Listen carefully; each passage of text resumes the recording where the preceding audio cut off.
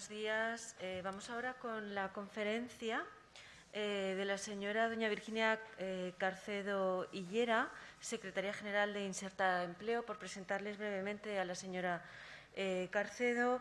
Ella es licenciada en Derecho por la Universidad de Deusto, tiene una amplia formación en gestión y dirección de empresas y especialmente en gestión directiva de organizaciones no lucrativas, o, por ejemplo, también en captación de fondos, por ejemplo, en diversos másters, ¿no?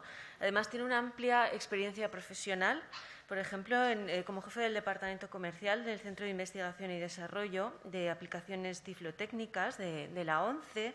También ha sido técnica en programas europeos de la Fundación ONCE y, por tanto, tiene una gran experiencia en I+D+I y en gestión de proyectos piloto en proyectos europeos, como, por ejemplo, el programa Leonardo, donde además uno de sus proyectos fue seleccionado entre los 10 primeros a nivel nacional por su gran calidad.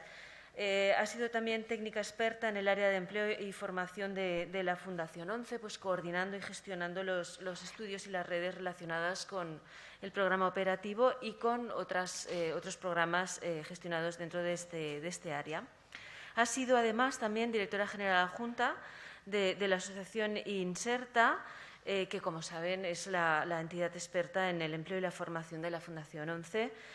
Ha sido también secretaria general de esta misma asociación, directora general, y hoy en día, desde febrero de 2019, ocupa precisamente los puestos de secretaria general de la asociación Inserta Empleo y directora adjunta de formación, empleo y transformación de la Fundación ONCE. Y le vamos a dar paso a la señora Carcedo con la conferencia El teletrabajo entre las personas con discapacidad, luces y sombras. Bueno, buenos días a todos y a todas. Yo creo que se me ve bien, espero. Perfectamente. Gracias. Gracias a la organización por invitarme y a todos los que estáis ahí por escucharme. Me habría gustado estar, porque la verdad que ya todos tenemos ganas de poder desplazarnos y de estar con gente, ¿no? Al final, con este periodo tan difícil que hemos tenido, ¿no? Pero por motivos de agenda y profesionales de última hora no me ha sido posible. He enviado a la organización la presentación que acompaña a esta intervención para que ellos puedan circularla y demás, pero he pensado y creo que es mejor no estar tan pendiente del PowerPoint, que le llamamos ahora, y del PowerPoint, y centrarme más en el contenido que acompaña esta presentación, que, como comentaba la moderadora, mil gracias por la introducción, inmerecida por otra parte. Vamos a hablar sobre el teletrabajo de las personas con discapacidad y sus luces y sus sombras, ¿no?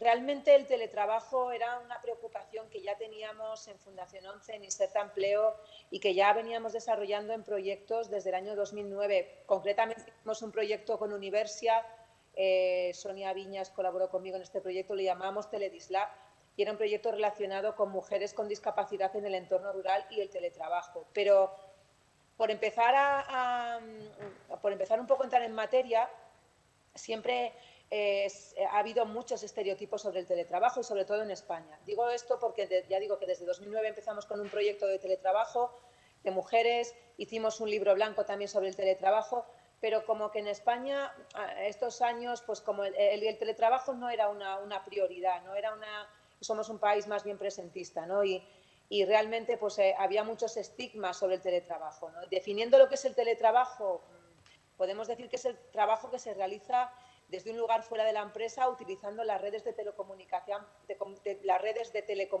para cumplir con las cargas laborales asignadas, ¿no? O sea, es un trabajo que utilizas las tecnologías y que lo utilizas para cubrir con las cargas asignadas y no estás en tu empresa, ¿no? Como os decía, había muchos estereotipos y muchos estigmas sobre el teletrabajo en España, ¿no? Por ejemplo, el teletrabajo como fórmula relegada a algunas multinacionales. Yo, una pyme, no tengo teletrabajo, no me sirve, ¿no? Solo estos de grandes empresas del IBEX, para mí no es. Es como una fórmula relegada a determinados sectores de actividad. Vamos, esto los ingenieros. Yo, como en otros sectores como los servicios, no. A mí en España nadie pensaba en determinados trabajos que se podía teletrabajar. Esto era para los avanzados, los que estaban en multinacionales o eran ya muy frikis, ¿no? era una actividad relegada a un pequeño porcentaje de empresas, como decía, las grandes, ¿no? Era una fórmula restringida a escasos tiempos de trabajo, experiencias pues incipientes, o sea, vale, te lo permito, pero poco a poco, no para proyectos determinados y en periodos de tiempo determinados. El resto del tiempo tienes que estar en la empresa, ¿no? Fórmula poco o nada usual en España. En otros países, pues sí, pero en España no. Llegábamos que en los países había incluso del 13% y en España estábamos a un 6%, ¿no? Del teletrabajo. Como veis, muchas cosas que de repente, cuando llegó la pandemia, con el decreto de alarma, pues es que cambiaron, ¿no? No es que fuera para algunas empresas, es que era para casi todas. No es que fuera para un periodo corto que ya estaba establecido, es que era para un periodo que no sabíamos cuánto iba a durar. Es que no era para un determinado puesto de trabajo de muy high level, muy alto nivel, es que era para todos, ¿no? Salvo para las actividades que no se podían hacer, ¿no? Con lo cual pasamos de tener un teletrabajo muy residual, ¿no? Que empezó de repente a ser una práctica del teletrabajo en todo el país, ¿no? Todo el mundo se puso a teletrabajar y todo el mundo tuvo que teletrabajar porque si no realmente estaban, bueno, pues el trabajo no salía y la actividad se paralizaba, ¿no? Con lo cual hemos dado un salto, digamos, de un siglo en 3 días, ¿no? En el periodo de alarma, en la convocatoria del periodo de alarma, en el decreto y la puesta en marcha de esta modalidad, ¿no? Por poner, por ejemplo, un ejemplo como fue la Fundación 11, pues en este periodo de tiempo tan corto, pues lo habríamos hecho, pero lo que hicimos fue dotar a los trabajadores y trabajadoras de medios técnicos necesarios para continuar trabajando, ¿no? Y de forma programada online y dotarles de conocimientos necesarios para el uso de herramientas ofimáticas que salvasen la ausencia de presencialidad sin mermar la actividad, ¿no? Además, se cuidó la vertiente emocional con el envío de gabinetes de psicólogos, con formación, porque claro, al final cuando tú teletrabajas, si no estás acostumbrado, pues, en esta situación que teníamos, pues el teletrabajo no era una situación estándar, ¿no?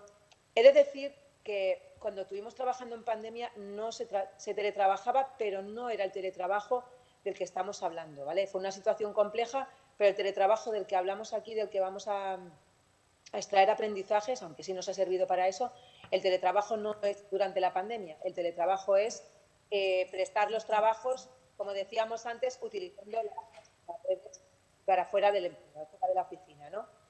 ¿Qué ocurrió? Pues que vimos que realmente el teletrabajo, como se había planteado, pues no fue tan insatisfactoria como se había pensado, ¿no? Al final las personas teletrabajar. Las personas con discapacidad necesitaban seguir buscando un empleo y necesitábamos seguir atendiéndolas, ¿no? Desde Inserta y desde el movimiento asociativo también de las personas con discapacidad. Nosotros no fuimos los únicos que desarrollamos esta modalidad, ¿no? Pero sí que es verdad que de lo que aprendimos a nuestros técnicos para el teletrabajo es necesario desarrollar formaciones en competencias y habilidades digitales, ¿no? Por ejemplo, cuando empezamos a teletrabajar, todo el mundo, casi nadie sabía lo que era Zoom, casi nadie sabía lo que era Teams, casi nadie sabía lo que era Webex, pero de buenas a primeras todo el mundo supimos que era Zoom, que era Teams y que era Webex. Entonces, realmente este tema nos llevó a que las personas tenían que empezar a formarse y nos llevó también a convencer a las empresas tecnológicas, como son estas proveedores tecnológicas, de que había que hacer accesibles las herramientas. Luego lo comentaremos, pero una de las sombras que hemos tenido es la accesibilidad. Como era tan residual y no se teletrabajaba, las personas con discapacidad no encontraban herramientas que fueran accesibles, ¿no? Entonces, bueno, lo que decía, formamos en competencias y habilidades digitales a más de 3.000 alumnos, ¿no? Y de ellos el 47% eran mujeres, ¿no? Habilitamos una atención presencial con el llamado plan Quédate en casa, pero esta atención no presencial era una atención pues formada por píldoras formativas impartidas por nuestros profesionales, pero se hacía un one-to-one en remoto, ¿no? Este sistema de información sobre el que estaba contando, que es la plataforma Por Talento, pues nos facilitó a las personas que se dieran de alta, recomendarles, por ejemplo, cursos para la mejora de su empleabilidad, porque todo el mundo, quien más, quien menos, aprovechó, si estaba en ERTE, para formarse. Primero, para que cuando esta situación acabase estar en mejor línea de salida para encontrar un empleo. Y si habías perdido tu trabajo, para estar en mejor situación cuando la nueva normalidad llegase y repuntase la tecnología, la economía, ¿no? Es importante tener en cuenta que las competencias para el teletrabajo no son meramente técnicas, no son competencias que sean manejo de las tecnologías, que también, ¿vale? Y yo reflexionaba el otro día con otros ponentes de este congreso sobre que en muchas ocasiones las competencias necesarias para teletrabajar son las competencias necesarias para el emprendimiento. Y me explico. Nosotros vimos que para poder teletrabajar, tanto nuestros técnicos y técnicas como las personas con discapacidad a las que nosotros les apoyábamos y que estaban en ERTE y que se estaban formando, necesitaban autonomía, responsabilidad, motivación, capacidad de planificación, iniciativa, organización de tareas, afán por aprender, cultura de eficiencia y desconexión, habilitación de una línea pues que tuvieran también recursos para poder hacer esto dentro de su casa, líneas de técnicas, ¿no? de wifi y demás. Con lo cual, si veis, son acciones, son competencias que cuando una persona con discapacidad quiere emprender, necesita tener, ¿no? Y al final estas competencias hay que enseñarlas y hay que aprenderlas. Porque una de las cuestiones que hemos visto en el teletrabajo, que es muy importante, es que se gestionan los equipos de distinta manera. Esto es un reto para los directivos o para los líderes de equipos con talento distribuido, ¿no? Que son equipos que están cada uno en un lugar. Tienes que gestionar a personas que no estás viendo, con lo cual, primero, para ti también es necesario gestionar de otra manera, pero también para ellos es necesario gestionarse a ellos mismos y autoempoderarse para poder cumplir con los proyectos que tienen que ejecutar, ¿no? También durante la pandemia, para resolver este tema, y es una acción que hemos continuado desempeñando y relacionada con la Wi-Fi o con las líneas de acción que os comentaba, también procedimos a la habilitación de una línea de ayudas al acceso a recursos digitales para las personas sin recursos, ¿no? Porque es verdad que hay muchas personas con discapacidad que no tienen recursos, que no tenían líneas en su casa, que no tenían tablets, que no tenían ordenadores, ¿no? y que era necesario acompañar para que no estuvieran en mayor vulnerabilidad que el resto, ¿no? Por lo tanto, nosotros lo que buscamos con estas becas, con estas ayudas a acceso a recursos digitales, fue que estas personas pudieran de alguna manera tener equipos y que no quedasen fuera de juego, ¿no? Porque claro, si todo el mundo se estaba conectando y tú no tienes, por tu vulnerabilidad, acceso a redes ni acceso a equipos, te encuentras en una situación muchísimo peor, ¿no? Y por ejemplo, también vimos que esta era una oportunidad muy importante para las zonas rurales, ¿no? Porque permite conciliar también pues una vida cercana a tu entorno, ¿no? Sin tener que salir de él, en una ruralidad o una ciudad más pequeña y que no tengas que irte a las grandes ciudades, ¿no? También vimos que era muy fácil conciliar, o a priori era más fácil conciliar las necesidades personales de cada uno, ¿no? El trabajo también reducía las distracciones laborales, eso nos contó una empresa, ¿no? Las empresas nos contaban estas cosas, ¿no? Reducen las distracciones, puedes aprender más fácilmente, al aprender más de las TICs, al tener que posicionarte en las TICs, te encuentras como que puedes trabajar en entornos más flexibles y como que estás más al día en lo que se mueve, ¿no? en el entorno tecnológico, ¿no? Que ahora todos tenemos que conocer, ¿no? Con lo cual yo creo que al final nosotros sí que vimos que el teletrabajo bien gestionado permite pues, tener grandes oportunidades. Para las empresas también vimos, o ellas nos lo manifestaron, que esto nos podía permitir el teletrabajo tener altos índices de productividad y permite ocupar pues a los trabajadores de una forma muchísimo más, bueno, pues para ellos con oportunidades de cambios, de una forma más dinámica, no es más sencillo gestionar a personas que teletrabajan por parte de las empresas en entornos más flexibles, pues asignándoles proyectos y dejando que ellas se autogestionen, ¿no? Y sobre todo también decían las empresas y nos han dicho que eso reduce mucho los costes fijos de las empresas, ¿no? Mejora la imagen pública de la empresa porque mucha gente pues permite tener medios alternativos de conciliación y reduce el absentismo. Esto es un tema que sí que vimos nosotros, ¿no? Es verdad, las personas muchas veces se sienten mejor tienen menos accidentes de trabajo y reduce el absentismo porque pues, si tú te encuentras de una manera quizá regular en un momento determinado, si estás teletrabajando, permite que no tengas que ir a la oficina y que puedas trabajar, ¿no? Y que trabajes desde tu casa o desde... Porque el teletrabajo no tiene que ser desde casa, ¿eh? Como veíais en la definición, es fuera de la oficina, o sea que puede ser en tu casa, como ocurría en la época de la pandemia, o puede ser en un local, pero no en tu oficina. Con lo cual tú puedes buscar lugares más cómodos, ¿no? en los que puedas pues, estar trabajando y prestando servicio. Bueno, esto eran cuestiones que sí que vimos nosotros, tanto por parte de las personas con discapacidad, de nuestros técnicos y de los demandantes de empleo de nuestra bolsa y de las empresas con las que nosotros trabajábamos, ¿no? Como veis, ahí hay aspectos muy positivos y hay aspectos pues, menos positivos. Sistematizando un poco y ya yendo a aspectos más centrados en las luces y las sombras del teletrabajo. Nosotros, como luces, vemos muchas, ¿no? Se perfila como una forma eficaz para potenciar el empleo de las personas con discapacidad, ¿no? Aquellas que tienen, por ejemplo, una movilidad reducida. Quiero aclarar esto porque no significa que las personas con discapacidad con movilidad más reducida tengan que trabajar, tengan que teletrabajar, ¿eh? Eso no exonera a las empresas de tener que adaptar sus instalaciones, ¿no? Y que las personas con discapacidad con movilidad reducida tengan que teletrabajar para facilitar su empleabilidad. Pero sí que es verdad que, por ejemplo, en polígonos industriales donde la movilidad es muy complicada o para acceso a determinadas empresas que no están totalmente accesibles, es una opción. ¿Vale? Pero no significa que el teletrabajo, la persona con movilidad reducida ya tenga que teletrabajar. No, no. Es una opción más y no olvidemos que es un pacto entre la empresa y el trabajador. Es decir, tiene derecho a optar, no es una obligación. Pero sí que es verdad que puede facilitar mucho pues la opción laboral de muchas personas. Por ejemplo, si son emprendedores, pueden prestar sus servicios a sus clientes pues más fácilmente teletrabajando, ¿no? Bueno, como decíamos antes, el teletrabajo puede reducir las distracciones laborales y proporciona un aprendizaje constante a las TIC y disminuye mucho la causa de roce diario, ¿no?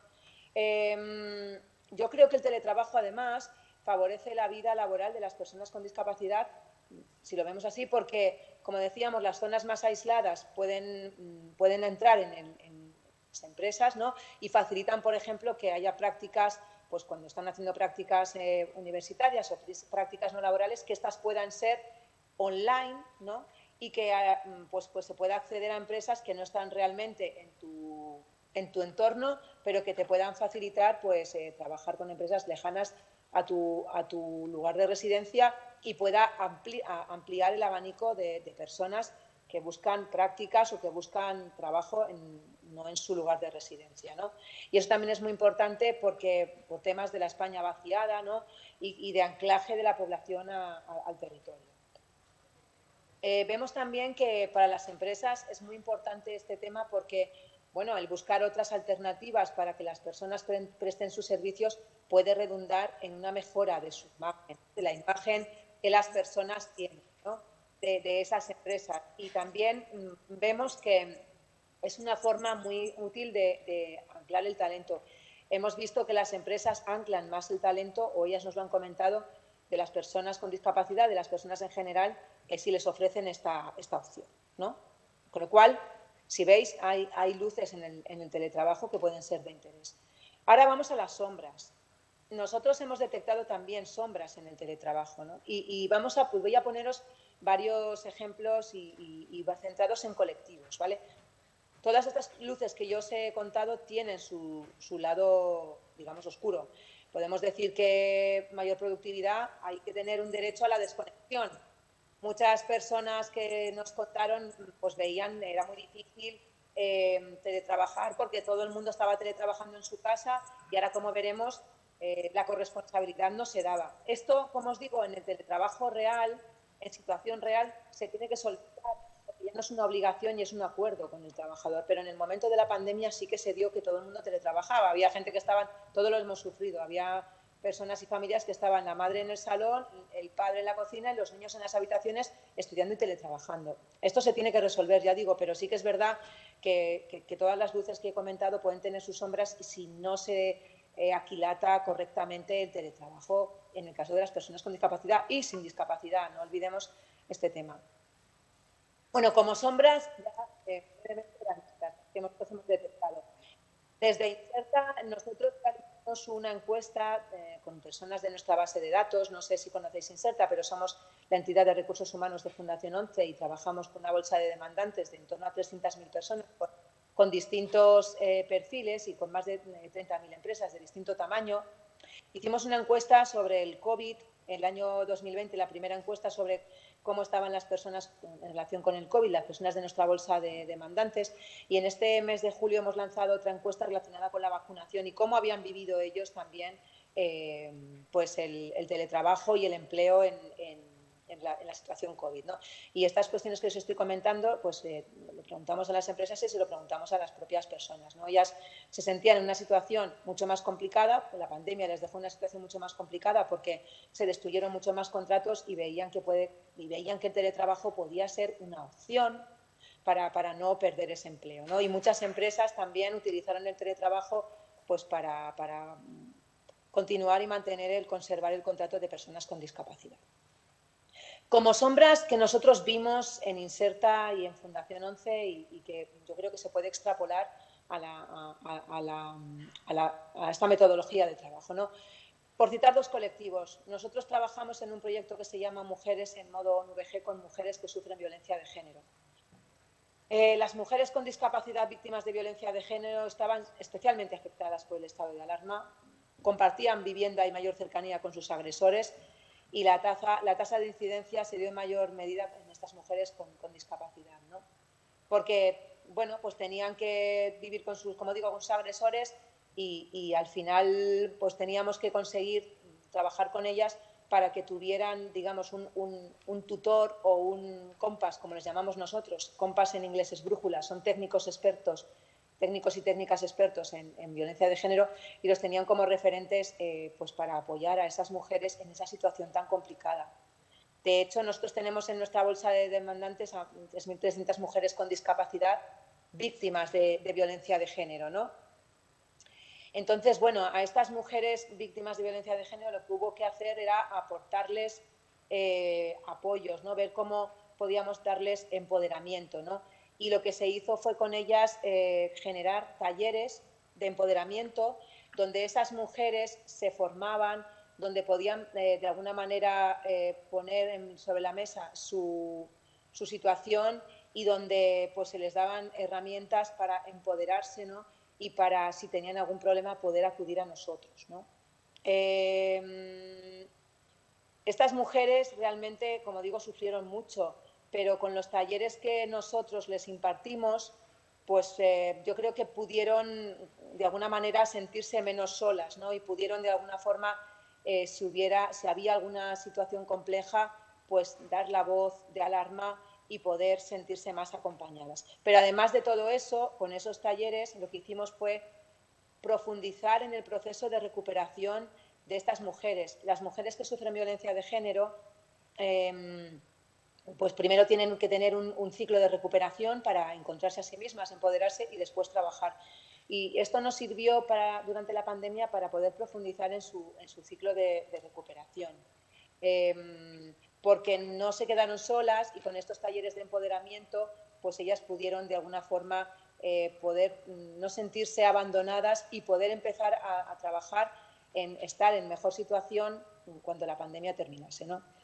Es verdad que la pandemia ha perjudicado mucho a las mujeres con las que nosotros venimos trabajando, porque a diferencia de lo que ocurrió en otras crisis, donde digamos que los sectores más afectados eran sectores que eran más masculinos, como el sector industrial, acordaros en las crisis de 2008. En la crisis actual, muchos de los sectores donde trabajaban las mujeres han sido los más vulnerables, como el comercio, el turismo, la hostelería, ¿no? Y además, pues más de 2/3 de las madres se veían obligadas a quedarse en casa mientras se aplicaban las medidas de distanciamiento social no, pues que trabajaban en estos sectores y en no esenciales y tenían que ocuparse de sus niños, ¿no? También, porque el TAE también estaba trabajando. Con lo cual, vemos que a corto o medio largo esto ha podido incidir en una dificultad, ¿no? En un sesgo de la recuperación que puede ir en contra de las mujeres, ¿no? Pero vamos, creemos que hay que detectarlo y poderlo poner sobre la mesa. Es más, según un estudio realizado por Closing Gap, que es un clúster de empresas de reconocido prestigio centrado en analizar el coste de la desigualdad de género, si en recesiones anteriores los sectores, como os decía antes, más afectados fueron la industria, la manufacturera, la construcción, están dominados por hombres, en la actualidad están dominados los sectores más complejos por mujeres y son los que más se están viendo afectados. Este gap, este clúster indica que si las mujeres no se vieran afectadas, el PIB y la crisis sería muchísimo más fácil salir de ella, ¿no? Porque incorporaríamos a las mujeres y las volveríamos a traer al mercado laboral. Somos conscientes que la crisis ha hecho un retroceso tanto en los contratos de personas con discapacidad como de las mujeres con discapacidad, que parten de una situación más compleja. Pero bueno, yo creo que ahora es el momento de poner sobre la mesa pues aquellas competencias que las personas y las mujeres con discapacidad pueden aportar a esta nueva normalidad, ¿no? Estamos hablando de que la nueva normalidad y la salida de la crisis necesita resiliencia, planificación, lucha, valores, y eso muchas de las personas con discapacidad lo han puesto sobre la mesa, ¿no? Otra sombra que nosotros hemos detectado son las personas con discapacidad intelectual en edad laboral, ¿no? Porque también es un sector de especial vulnerabilidad, tanto por lo que se refiere a su inserción laboral en general como al uso del teletrabajo en particular.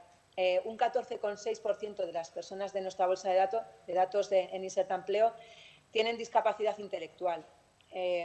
Si los datos sobre empleo nos muestran que la crisis que ha generado la pandemia por COVID-19 ha impactado con mayor dureza especialmente a las personas con discapacidad en general, ha caído su contratación un 30%. Durante 2020, el informe 6 del observatorio OBISMED, que es nuestro observatorio sobre el mercado de trabajo, creemos que especial mención merece el caso de las personas con discapacidad intelectual. En estas personas la realidad todavía es más dura, ya que ellos ocupan las tasas más bajas de actividad y empleo de las personas con discapacidad en nuestro país, ¿no? Y en las personas con discapacidad psicosocial. Bueno, junto con las dificultades para acceder al mercado laboral, la pandemia ha sumado cambios como el teletrabajo y la digitalización que han acrecentado la brecha digital. Si la accesibilidad para las personas con discapacidad en general ha sido complejo, para las personas con discapacidad intelectual lo ha sido mucho más complicado, ¿no? Porque en muchas ocasiones se evidenció muy grandemente la falta de adaptación de determinados recursos necesarios para la mejora de la empleabilidad. Por poneros un ejemplo, los apoyos naturales que estas personas tienen en las empresas no podían estar con ellos en el trabajo, en el teletrabajo, porque bueno, pues, el teletrabajo no lo permitía, ¿no? Entonces, realmente veíamos que, por ejemplo, estas personas con discapacidad intelectual necesitaban tutorización y que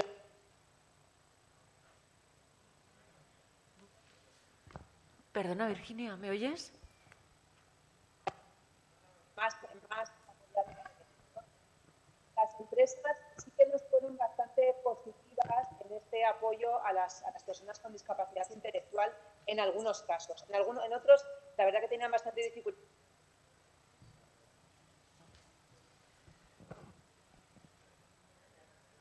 Perdona, Virginia, ¿me oyes? Las empresas sí que nos pidieron la experta que les apoyásemos, ¿no?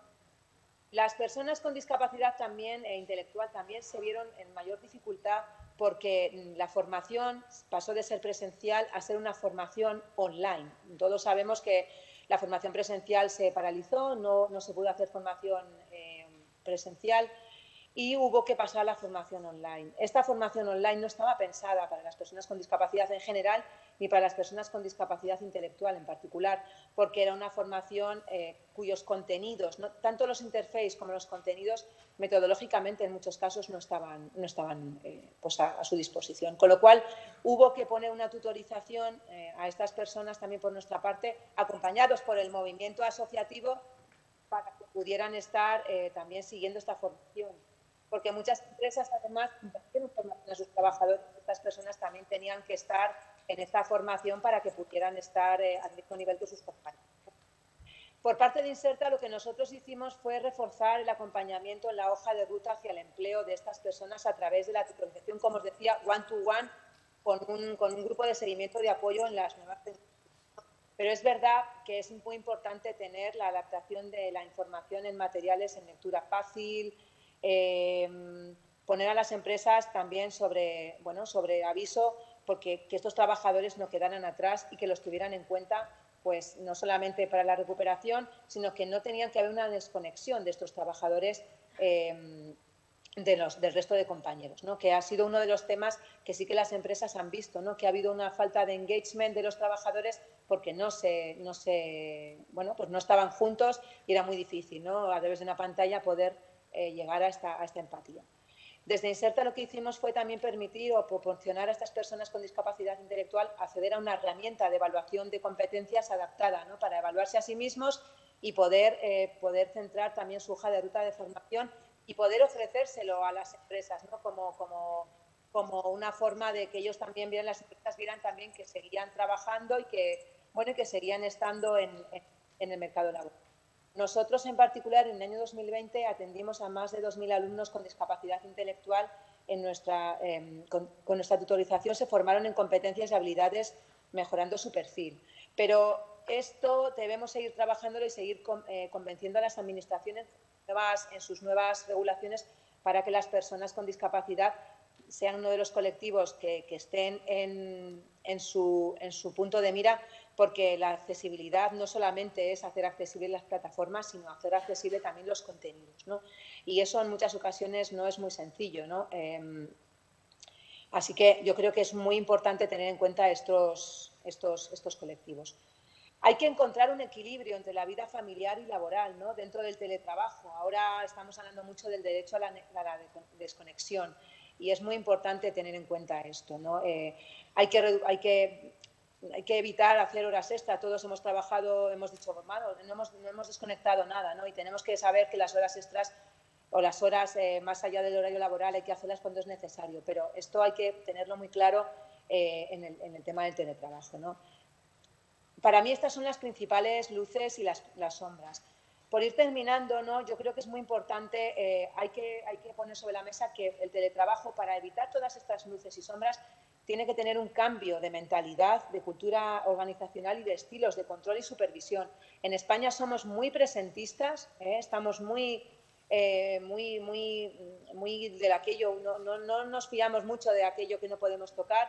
Es muy difícil para nosotros medir la productividad de las personas que no podemos ver, pero es verdad que esto puede facilitar mucho la labor de muchas empresas y facilitar mucho la contratación. No solamente por empresas españolas, sino también poner a las personas con discapacidad de España para que sean contratadas a nivel internacional, porque en el mundo ahora es global y, si estamos en el mundo global híbrido, pues muchas personas con discapacidad que trabajan en España pueden trabajar para empresas que están fuera de aquí.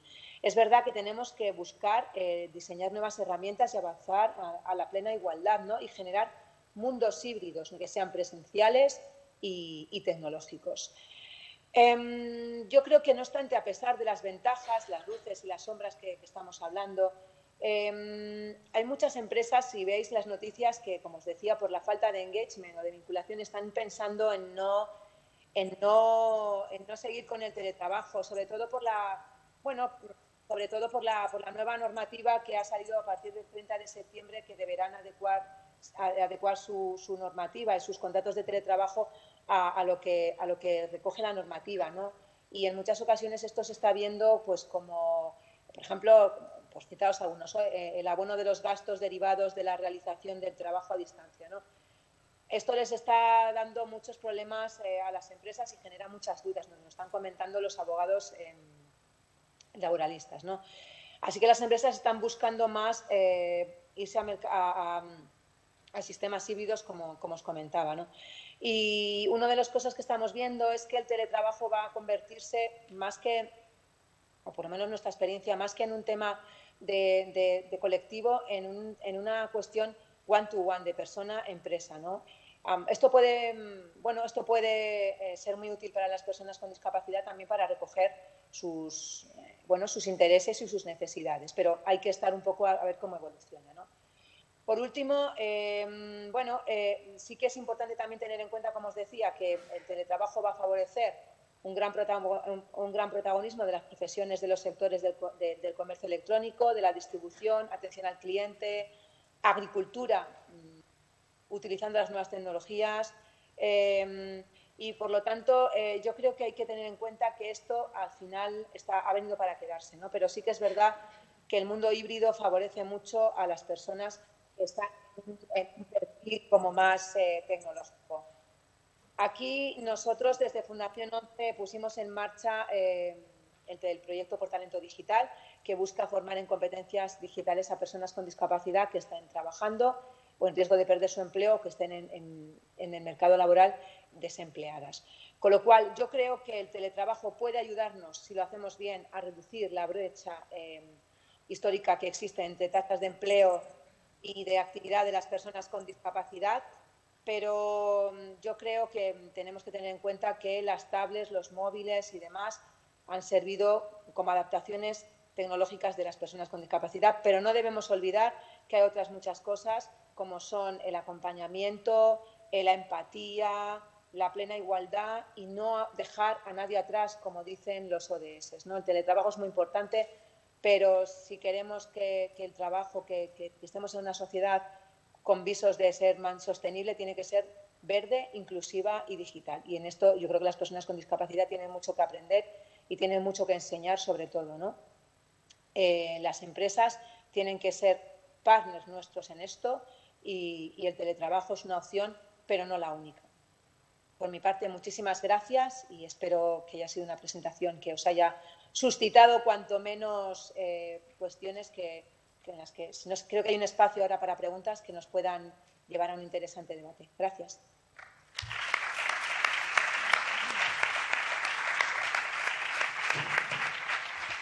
Bueno, muchas gracias, Virginia. Efectivamente, sí, tenemos todavía bastantes minutos para preguntas y yo creo que... Perdón. Sí. Creo que has planteado magníficamente tanto esas luces como sombras que tú decías del teletrabajo, ¿no? Que bueno, yo me he quedado con eso de verde, inclusiva y sostenible, ¿no? Que tiene que ser el teletrabajo, y yo creo que has planteado muy bien todos estos problemas de cambio de mentalidad y de modalidad que tendrán que tener las empresas para algo que es un reto, pero también una oportunidad, ¿no? Que como bien dices, pues potencia el trabajo para las personas con discapacidad, pero al mismo tiempo exige que haya una serie de adaptaciones. Y yo creo que seguro que el público tiene preguntas o sugerencias o algún comentario.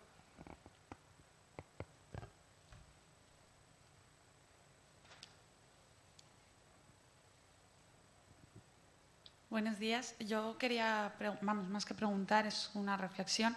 Ha habido un ratito que no se ha escuchado muy bien el audio, y era justo cuando hablábamos de discapacidad intelectual. Y yo, una de las reflexiones que tengo, y es que el trabajo presencialista, como decíamos antes, tiene uno de los beneficios que es un poco transversal, que no está relacionado con el trabajo, para las personas con discapacidad, que es la participación comunitaria y que es la inclusión social con iguales sin discapacidad. ¿No crees que es una gran sombra del teletrabajo para las personas con discapacidad intelectual, la participación comunitaria? Sí, perdóname, porque con estas cosas de las tecnologías sí lo mencionaba. Yo creo que uno de los temas que más problema ha surgido con las personas con discapacidad intelectual es que la socialización es uno de los beneficios que tiene el trabajo, ¿no? Y estar con sus compañeros. Y por eso mencionaba que en muchas ocasiones las empresas por hacer un favor o quizá, en malentendido, enviaban a las personas con discapacidad intelectual a teletrabajar como una forma de mantener el empleo, ¿no? Pero no se ocupaban, porque tampoco sabían de cómo transferir los apoyos naturales que la vida comunitaria permite a estas personas, ¿no? Y claro, perdían rutinas, perdían ventajas y beneficios que el trabajo presencial les aporta a estas personas, ¿no? El problema de todo esto es que realmente la presencialidad total en muchas ocasiones ya no se va a mantener, ¿no? Entonces yo creo que, teniendo en cuenta lo que estamos hablando, tenemos que buscar una manera de que estos beneficios que estamos viendo que las personas con discapacidad intelectual han tenido y tienen con el trabajo, no se pierdan en los momentos en el que el trabajo sea híbrido, ¿no?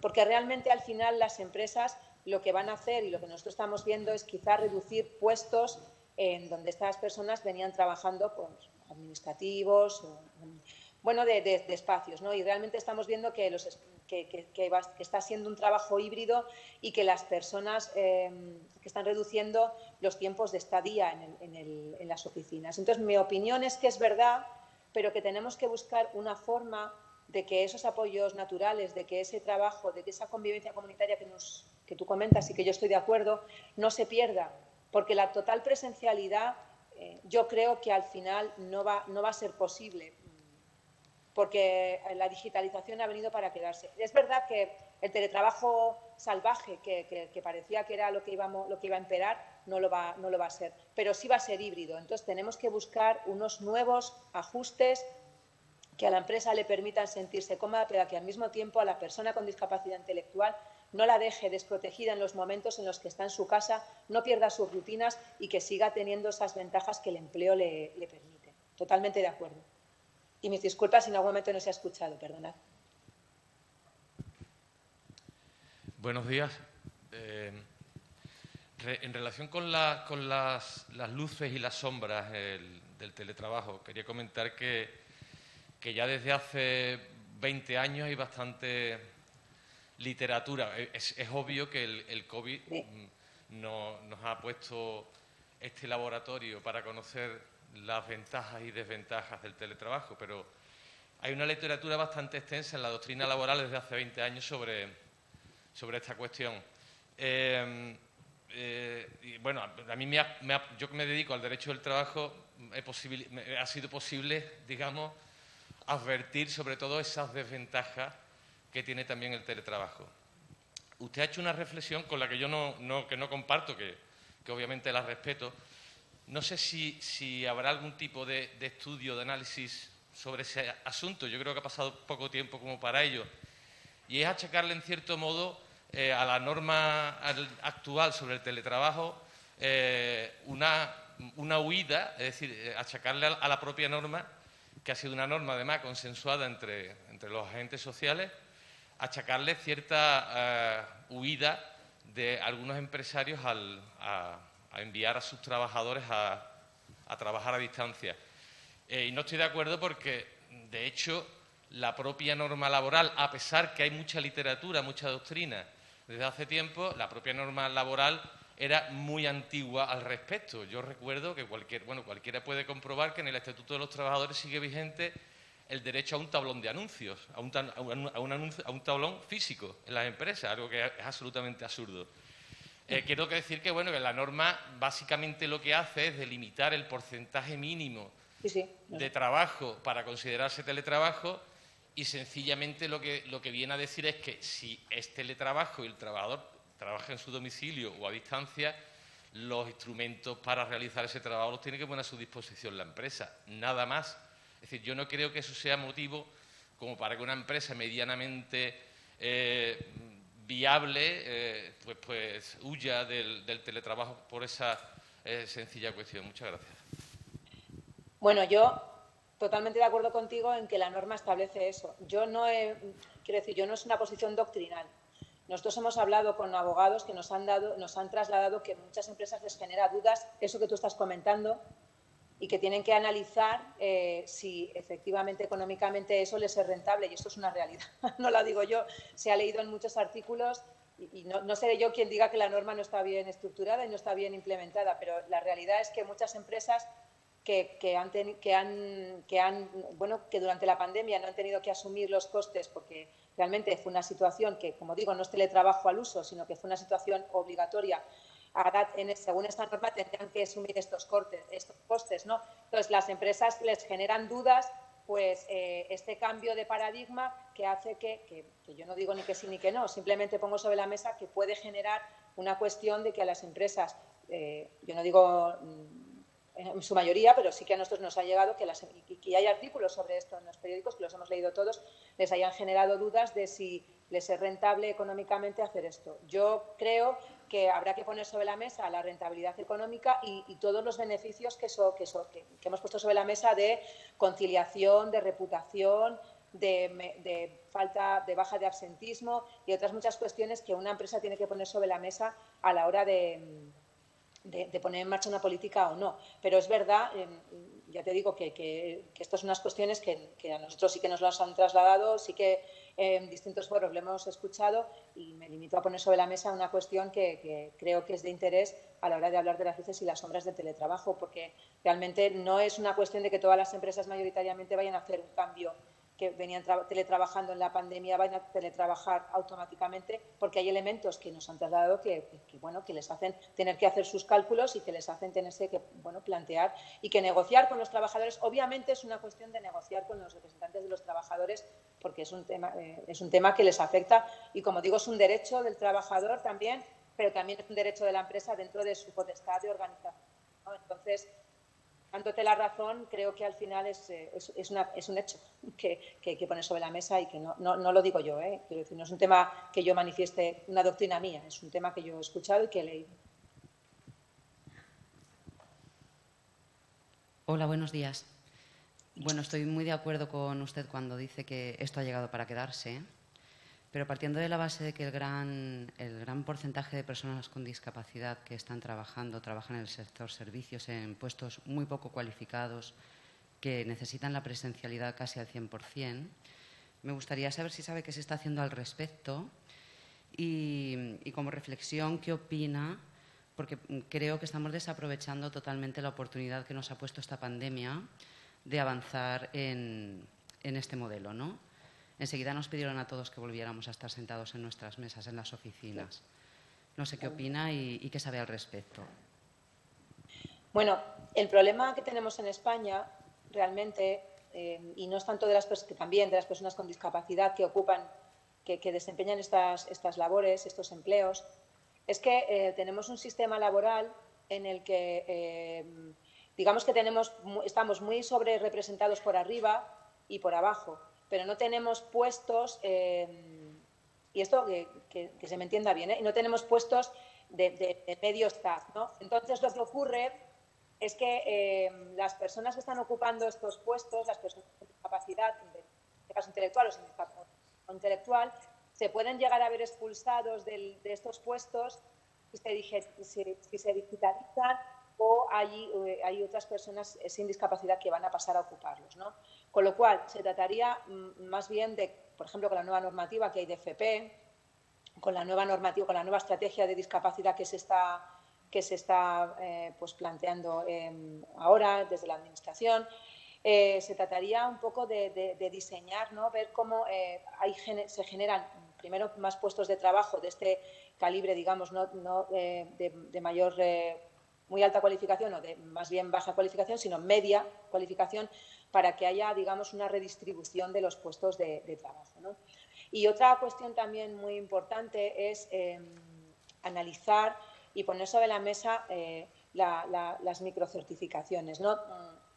Yo creo que es muy importante analizar en todos estos puestos qué puede hacer una persona con discapacidad con las tecnologías y diseñar con esta perspectiva, por ejemplo, nuevos puestos de trabajo y nuevas herramientas que hagan que estas personas puedan trabajar en esos puestos en los que venían trabajando. Por poner un ejemplo, nosotros desde Fundación 11 tuvimos y estamos reorientando una aplicación que se llama ECATIC, que es una aplicación relacionada con la prestación de un empleo con apoyo o de unas tareas con apoyo para personas con discapacidad intelectual en distintos sectores, ¿no?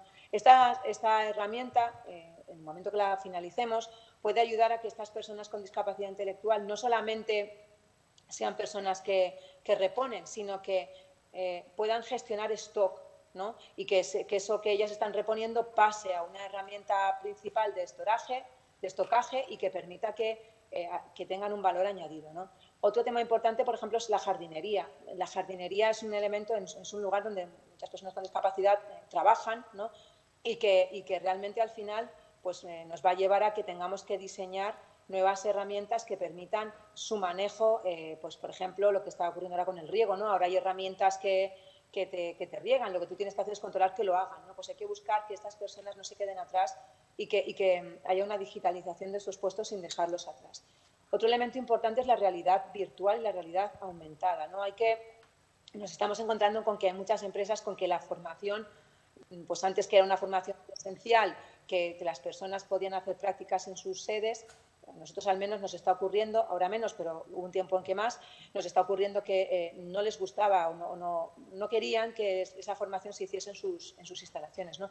Y una de las cuestiones que nos estamos planteando es hacer realidad aumentada y realidad virtual para que las personas que tengan entornos controlados donde puedan formarse y cuando lleguen allí pues ya tengan una formación más, digamos que estén más preparadas que el resto, ¿no? Pero es verdad que es muy importante tener en cuenta que el sistema productivo español es un sistema pues, un poco peculiar, ¿no? Y que hay que trabajar para que las personas con discapacidad que están en estos puestos puedan digitalizar aquello que se pueda digitalizar. Por ejemplo, una cuestión que me planteo, ¿no? En España la hostelería, el turismo ha sido un turismo en muchas ocasiones de masas, ¿no? De rotación. ¿Cuántas mesas como camarero o camarera puedes atender? Quizá una de las cuestiones que deberíamos plantearnos es no tanto cuántas mesas, sino la experiencia del cliente, ¿no? Y eso las personas con discapacidad son personas con mucha empatía, ¿no? Y que yo creo que pueden ayudar mucho más en la experiencia del cliente, ¿no? Esto es lo que nosotros desde nuestra perspectiva estamos viendo que podemos hacer. Realmente la formación en lo que mencionaba de las microcertificaciones, ¿no? Nosotros hemos visto que es muy importante que las empresas entiendan que quizá no necesitas un ingeniero para una formación o un trabajo de tecnología, sino que necesitas una persona que, por ejemplo, pues sepa hacer una microtarea y que te hace el mismo servicio. Quizá una persona con discapacidad no sea un ingeniero en ese momento, pero sí que pueda manejar con la formación de vida esas herramientas y hacer cuestiones que no necesitan un ingeniero, ¿no? Y ahí es muy importante y relevante tener una monitorización constante de lo que el mercado laboral demanda para que las personas con discapacidad no queden atrás. Bueno, Virginia, muchísimas gracias por tu intervención, que ha sido muy interesante, y la resolución de las preguntas, que yo creo que también han sido intervenciones magníficas. Sí. Y te agradecemos de nuevo tu presencia a través online, y muchas gracias de nuevo. Un aplauso. Gracias a vosotros. Muchísimas gracias por todo.